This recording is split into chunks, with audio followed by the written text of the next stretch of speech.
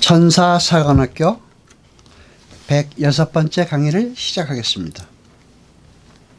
이 강의는 미카엘과 그의 사제들 교회 108번째 설교를 기준으로 한 것입니다. 요한복음 20장 24절로 31절까지 보겠습니다. 12제자 중에 하나인 디드모라 하는 도마는 예수 오셨을 때에 함께 있지 아니한지라. 다른 제자들이 그에게 이르되 우리가 주를 보았노라 하니 도마가 이르되 내가 그 손의 못자국을 보며 내 손가락을 그 못자국에 넣으며 내 손을 그 옆구리에 넣어보지 않고는 믿지 아니하겠노라 하니라.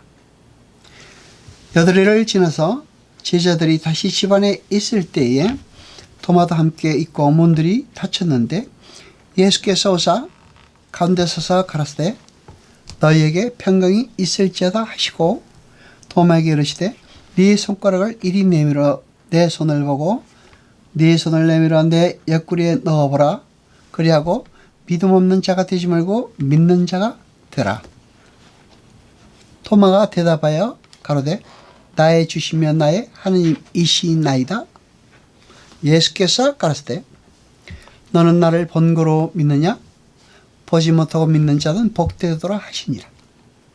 예수께서 제자들 앞에서 이 책에 기록되지 아니한 다른 표적도 많이 행하셨으나 오직 이것을 기록하면 너희로 예수께서 하나님의 아들 그리스도이심을 믿게 하려 하며 또 너희로 믿고 그 이름을 힘입어 생명을 얻게 하려 함이니라. 아멘. 성경은 우리 인간의 가능성을 부인하고 있습니다. 부정하고 있습니다. 절대 인간의 가능성을 격려하고 있지 않습니다. 요한복음 20장 30절로 31절까지 보겠습니다. 예수께서 제자들 앞에서 이 책에 기록되지 아니한 다른 표적도 많이 행하셨으나 오직 이것을 기록하면 너희로 예수께서 하나님의 아들 그리스도이심을 믿게 하려 하며 또 너희로 믿고 그 이름을 힘입어 생명을 얻게 하려 함이니라. 아멘. 여러분, 요한복음의 기록 목적은 예수님이 하나님의 아들이시며 그리스도이심을 독자들로 하여금 믿게 하고 그 이름을 힘입어 생명을 얻게 하려 함입니다. 그런데 요한이 표적 세메온이라는 단어를 쓰고 있습니다. 요한은 자신의 책, 즉 요한복음을 한마디로 표적이라고 응축하고 있습니다. 요한복음은 어떤 것을 지시하는 사인판 같은 책이라는 것이며 그 안에 기록되어 있는 모든 에피소드들이나 강화들이 다 무엇인가를 나타내고 가리키고 있는 것들이었음을 밝히고 있는 것입니다. 사도행전 17장 11절로 12절까지 보겠습니다. 베르야 사람은 데살로니가에 있는 사람보다 더 신사적이어서 간절한 마음으로 말씀을 받고 이것이 그러한가 하여 날마다 성경을 상고함으로 그 중에 믿는 사람이 많고 또 헬라의 귀부인들과 남자가 적지 아니하나. 아멘. 바울이 베리아로 가서 베리아 사람들에게 복음을 전했습니다. 11절에 말씀을 전했다고 했는데 이 말씀이 로고스입니다. 바울이 설교하고 복음을 전하자 베리아 사람들이 마음으로 그 말씀을 받았다고 합니다. 그런데 그 마음이 프로데미아, 즉 준비된 마음, 간절한 마음입니다. 진리를 알고 싶어하는 간절한 소원이 그들에게 있었다는 것입니다. 뭔가 알고 싶은데 자기의 실력으로는 그 알미에 대한 소원이 채워지지 않을 때 그 사람의 마음이 프로데미아입니다. 여러분, 우리는 신앙의 여정 속에서 이성과 지성의 역할을 너무 경홀히 여기면 안 됩니다. 선지자들도 하나님의 말씀을 받아 예언하면서도 그것이 어떤 의미를 가진 말씀인지 부지런히 연구하고 살폈습니다. 탁월한 기독교 본증가 보스 기니아는 회의하는 용기라는 책에서 불신앙과 의문을 명확하게 구별하고 있습니다. 불신앙은 믿지 않기로 선택한 것을 말하고 그것은 죄입니다. 그러나 의문은 믿으려 하지만 믿어지지 않는 것을 말하고 그것은 죄가 아닙니다. 오히려 진리에 대한 열정이라고 볼 수가 있습니다. 우리는 진리의 본질을 제대로 알기 위해서 열심히 물어야 하고 공부해야 하고 상고해야 합니다. 신앙여정 속에서의 표적은 우리의 구도의 열정 안에서 하늘의 비밀을 배우는 데 큰 도움이 되는 것입니다. 그래서 주님은 표적을 주어서라도 그들의 의문과 의혹을 메워 주십니다. 그런데 그 표적들은 전부 말씀 속에 담겨 있습니다. 물론 정경이 완성되기 전에는 어떠한 현상으로 나타나기도 했지만 그 현상들과 사실들도 전부 복음을 상징적으로 담고 있습니다. 성도는 그러한 표적 속에서 예수와 십자가를 읽어낼 수가 있는 것입니다. 그러나 구원의 본질의 측면에서의 표적 구함이라는 것은 구원의 획득에 절대 도움이 되지 못한다는 의미에서 표적을 주시지 않으시겠다는 말씀도 하셨습니다. 요한복음 13장 1절을 보겠습니다.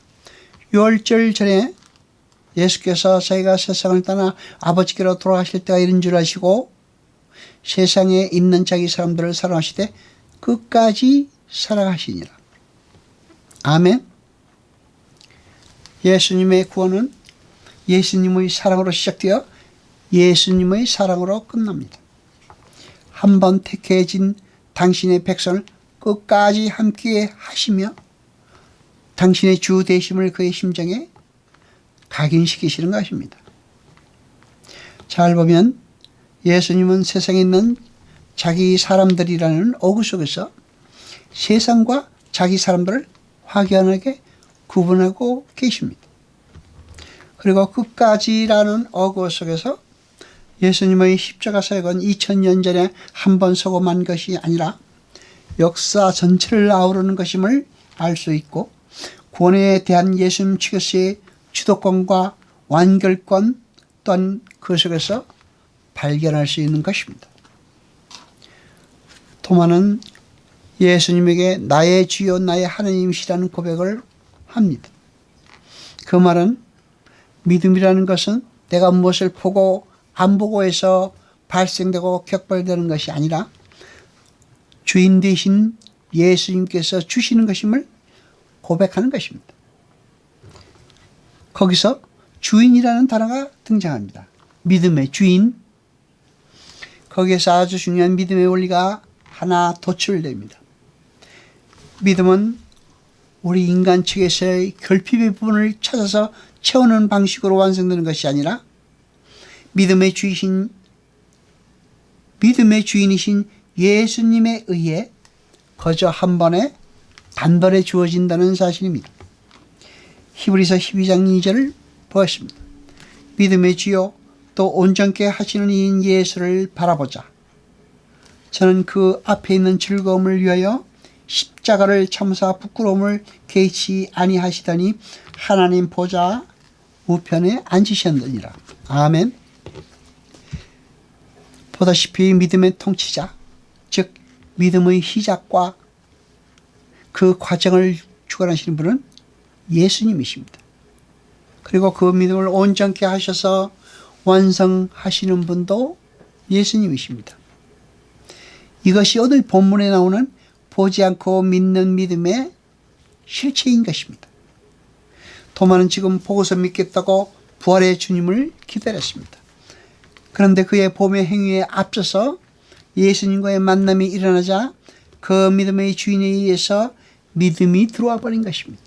그것이 십자가의 완성한 복음인 것입니다. 20장 29절을 보겠습니다. 요한복음 20장 29절을 보겠습니다. 예수님께서 가라사대 너는 나를 본거로 믿느냐? 보지 못하고 믿는 자들은 복되도다 하시니라. 아멘.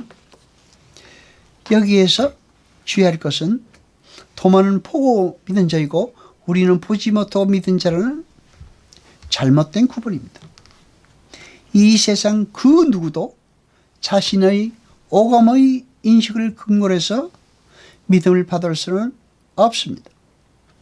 예수님께서 지금 도마에게 너는 나를 본거로 믿지만 그건 한 수 아래의 믿음이다. 이제 보지 못하고도 믿는 사람이 나올 텐데 그들은 진짜 복을 받은 사람들이라고 말씀하시는 것이 아닙니다. 도마를 비롯한 모든 하나님의 백성들은 하나도 빠짐없이 모두 보지 못하고 거저 믿음을 선물로 받은 이들입니다. 도마도 예수님의 부활을 못 본 상태에서 예수를 믿게 된 것이고 우리도 예수님의 부활을 말씀을 통해서 전에만 듣고 믿는 자가 된 것입니다.